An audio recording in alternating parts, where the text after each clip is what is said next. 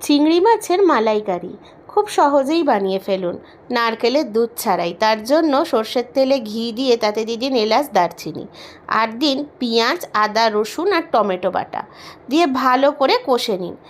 এবার দিন এতে সামান্য পরিমাণে হলুদ গুঁড়ো, ঝাল লঙ্কা গুঁড়ো, আর দিন কাশ্মীরি লঙ্কার গুঁড়ো, আর সামান্য চিনি দিন যাতে তেলটা ছাড়ে আর ব্যালেন্সটাও স্বাদটা হয়। ভালো করে কষে নিন।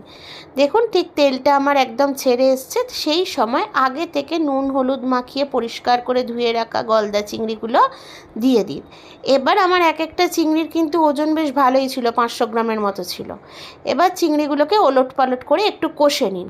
এবার এতে দিয়ে দিন জল, আর দিয়ে দিন আমুল স্প্রেকে জলে গুলে দিয়ে ভালো করে ফুটিয়ে নিন। চাপা দিয়ে সিদ্ধ হতে দিন। সিদ্ধ হয়ে গেলে ওপর থেকে ঘি আর গরম মশলা গুঁড়ো ছড়িয়ে পরিবেশন করুন চিংড়ি মাছের